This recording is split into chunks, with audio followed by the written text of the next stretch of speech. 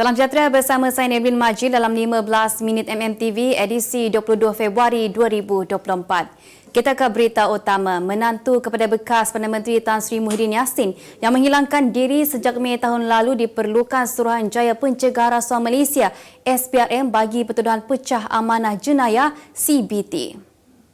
Ketua Pesuruhjaya SPRM Tan Sri Azam Baki berkata kertas siasatan membabitkan Datuk Seri Muhammad Adlan berhad 48 tahun telah selesai dilengkapkan.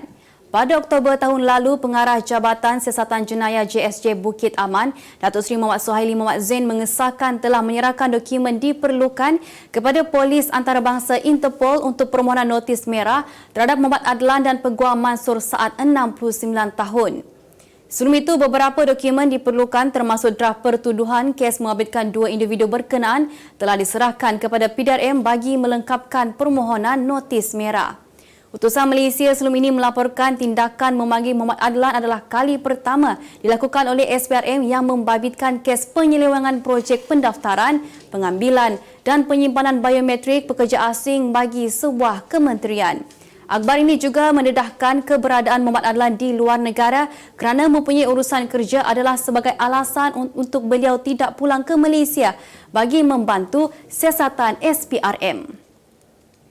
Dengan hanya mengemis, seorang lelaki mampu memiliki sebuah kereta model kenderaan sukan utility SUV jenis Proton X70. Didedahkan Jabatan Kebajikan Masyarakat JKM Maran Pahang, menurut perkongsian di laman sosial rasmi itu juga lelaki tersebut hanya memperuntukkan masa 4 sehingga 5 jam untuk mendapatkan RM500 sehari.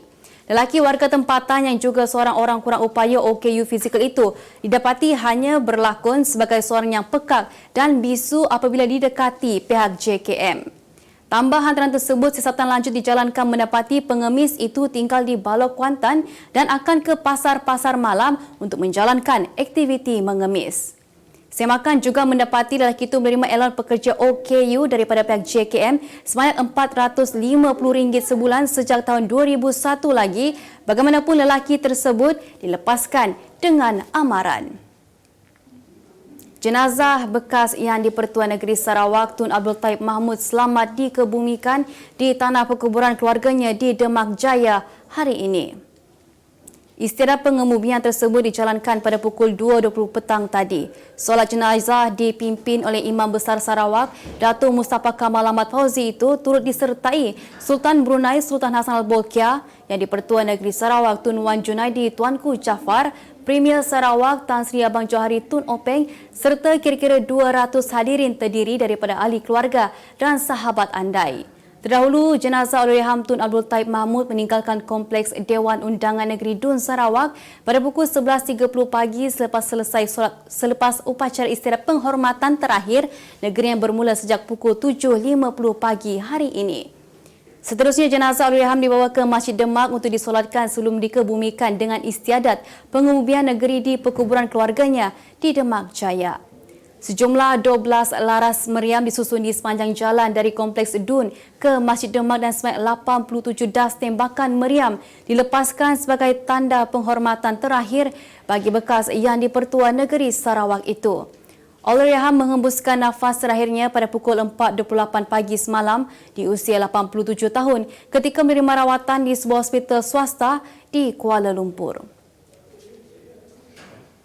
Semua pihak diingatkan supaya menjauhkan diri daripada sikap taksub ekoran isu seorang lelaki warga Maghribi yang didakwa berada dalam jalur keturunan Nabi Muhammad. Menteri di Jabatan Perdana Menteri Hal Ehwal Agama Datuk Dr. Muhammad Naim Mokhtar berkata ketaksuban yang melampau akan menyebabkan seseorang mudah terpengaruh dengan sesuatu dakwaan. Menerusi kenyataan yang dikeluarkan hari ini, Jabatan Perdana Menteri Hal Ehwal Agama melalui Jabatan Kemajuan Islam Malaysia JAKIM akan bekerjasama rapat dengan pihak berkuasa agama Islam, khususnya Jabatan Agama Islam Negeri-Negeri dan Polis Diraja Malaysia PDRM untuk menyiasat pendedahan dalam sebuah akhbar tempatan. Pihaknya juga tidak akan berkompromi dengan mana-mana pihak yang cuma mengeksploitasi agama untuk kepentingan diri maupun kumpulan yang tertentu. Sementara itu, beliau turut menasihatkan semua pihak supaya sentiasa merujuk kepada Jabatan Agama Islam Negeri-Negeri berkaitan pentaulihan mana-mana pendakwa agar setiap perkara yang disampaikan selari dengan ajaran Islam. Utusan Malaysia dan Cosmo melancarkan satu lagi produk terbaru. Apa yang ada dalam Iklaneka? Ia adalah platform yang tepat dan efektif untuk mengiklan antaranya pelbagai jenis notis, cautan kosong, hartanah, tender, kenderaan, mencari wali atau waris dan pelbagai lagi. Apa yang anda cari? Semuanya ada di sini. 2 dalam 1. Layari iklaneka.utusan.com.my. Seorang lelaki yang didakwa melakukan khianat sehingga menyebabkan 34 buah motosikal terbakar di parti projek perumahan rakyat PPR Kampung Muhibah Bukit Jalil 2 tahun lalu dilepas dan dibebaskan oleh Mahkamah Session Kuala Lumpur.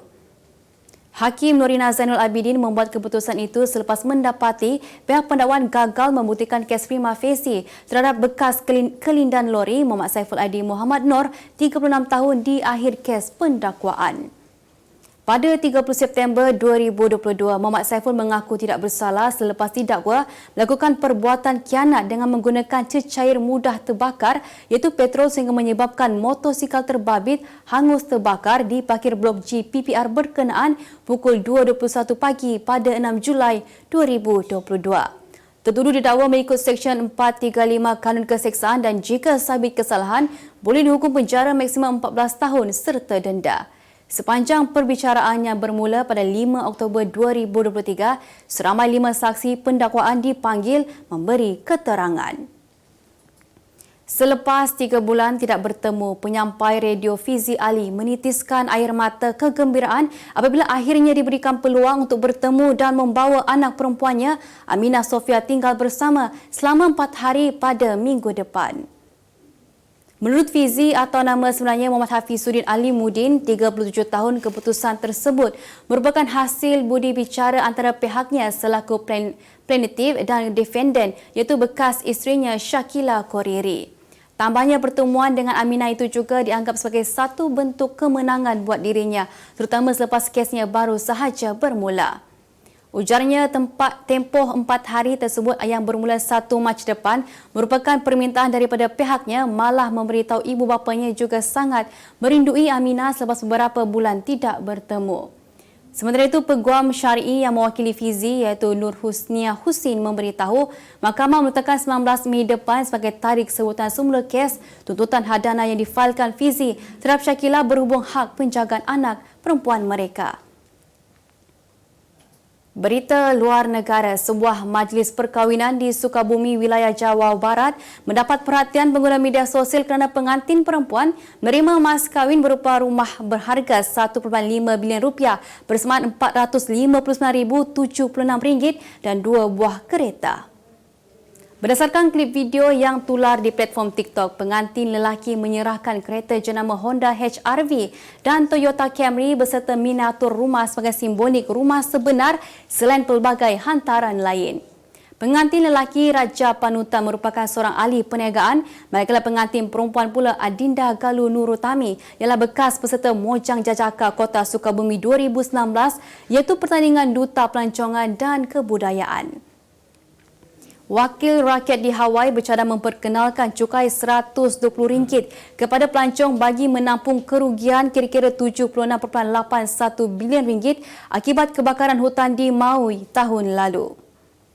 Cukai itu diperkenalkan dalam rang Undang-Undang RUU yang turut membangkitkan tentang impak bencana tersebut kepada alam sekitar di negeri Hawaii. Cukai kemasukan itu akan digunakan untuk mengisi dana khas tindakan alam sekitar dan iklim kesihatan di Jabatan Tanah Hawaii. Pada 2023, Kabinet Hawaii Josh Green berkata beliau akan memperbaharui usaha untuk memastikan cukai iklim diluluskan di negeri itu. Cukai itu jika dilaksanakan akan membolehkan dana berjumlah kira-kira RM326.30 juta dikutip setiap tahun dan akan digunakan untuk memadamkan kebakaran hutan, mencegah banjir, memulihkan terumbu karang serta dijadikan bekalan kecemasan. Kelas kini pengetahuan anda tentang isu ekonomi dan pasaran. Merangkumi sektor hartanah, perniagaan, keuangan, komoditi, IKS, halal niaga dan dunia korporat. Sentiasa ikuti perkembangan ekonomi semasa di dalam dan luar negara. Semua informasi terkini hanya di hujung jari. Dapatkan edisi ringgit setiap Isnin hanya di Akhbar Utusan Malaysia.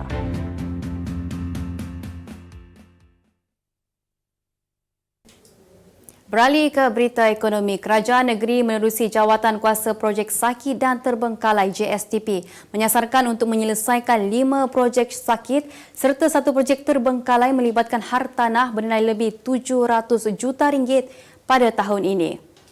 Pengerusi Jawatan Kuasa Perumahan dan Kerajaan Tempatan Negeri, Datuk Muhammad Jafni Mat Syukur berkata projek tersebut melibatkan 1,928 unit rumah di 4 daerah.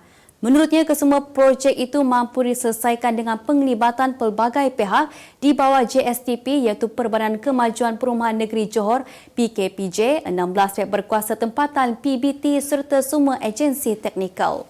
Ujarnya terdapat kira-kira 30 projek saki dikenal pasti di negeri itu dan ada daripadanya telah berlarutan sejak lebih 20 tahun lalu disebabkan beberapa faktor antaranya kerana melibatkan proses undang-undang termasuk pemilik hartanah meninggal dunia menyebabkan prosesnya mengambil masa yang lama untuk diselesaikan.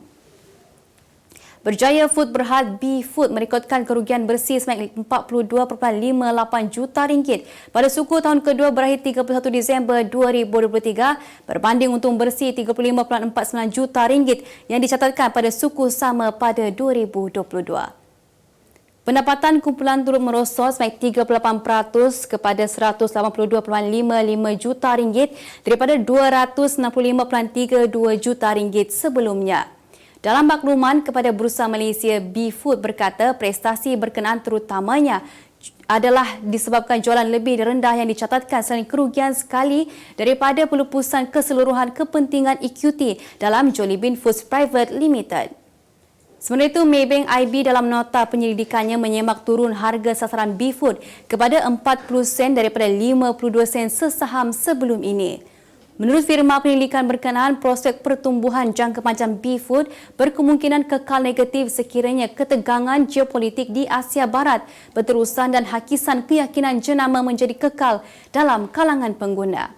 Pada sesi dagangan hari ini, saham B-Food merosot 3.51% kepada 55 sen. Berita sukan, jurulatih hoki berpengalaman Dharma Raj Abdullah tidak menyangka dia mampu menjadi 4 calon akhir untuk jawatan Ketua Jurulatih Hoki Kebangsaan.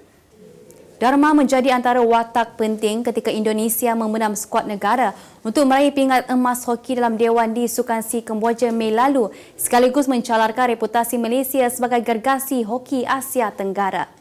Justru dia mengakui terkejut namun memuji sikap profesional yang ditampilkan Konfederasi Hoki Malaysia KHM yang mengenepikan sentimen itu bagi memberi peluang untuk dirinya berbakti semula kepada tanah air. Dharma bakal bersaing dengan bekas pengendali kebangsaan Sajid Singh dan 2 lagi calon luar negara iaitu Brendan Garalon dan Glenn Turner yang berperanan sebagai pembantu kepada Arul Selvaraj sebelum ini. Jika berjaya mendapat jawatan tersebut, Dharma menjelaskan ia bukan sahaja peluang terbaik untuknya kembali semula ke saingan lebih kompetitif di peringkat antarabangsa tetapi secara peribadi dia mempunyai misi yang belum dilunaskan bersama Speedy Tigers. Tycoon petrokimia British Sir Jim Ratcliffe akhirnya disahkan sebagai pemegang suku daripada saham untuk kelab Manchester United secara rasmi menerusi syarikatnya Ineos. Ineos dan Ratcliffe membayar sebanyak 7.9 bilion ringgit untuk mendapatkan sebanyak 27.7% pegangan saham kelab berkenaan dan berkemungkinan yang mampu meningkat sehingga hampir 30% menerusi tambahan dana sebanyak 1.44 bilion ringgit. Pengumuman rasmi tersebut menyaksikan Ratcliffe dan pasukannya akan ditugaskan mengawal segala operasi berkaitan bola sepak kelab tersebut dan mengambil alihnya daripada keluarga Glazer. Susulan urusan pengambilalihan tersebut, Ratcliffe merancang untuk melakukan perubahan drastik terhadap beberapa penjawatan utama dan dianggap penting buat United. Beliau dilapor bakal melantik bekas mastermind Manchester City Omar Berada sebagai ketua pegawai eksekutif baharu kelab itu menggantikan Richard Arnold yang memiliki rekod yang cukup baik terutama dalam urusan mendapatkan khidmat Jack Grealish dan Erling Haaland di Etihad. Selain itu, Ratcliffe juga merancang untuk mendapatkan pakar bola sepak England Dan Ashworth yang kini sedang berkhidmat di Newcastle United untuk dilantik ke jawatan pengarah sukan di Old Trafford. Sebagai penutup 15 minit MMTV hari ini, saksikan laporan cuaca esok Jumaat 23 Februari 2024. Jangan lupa dapatkan abar Tusan Malaysia dan Kosmo untuk berita-berita terkini dan menyeluruh. Sekian sahaja daripada saya, Neblin Majil. Salam sejahtera dan jumpa lagi.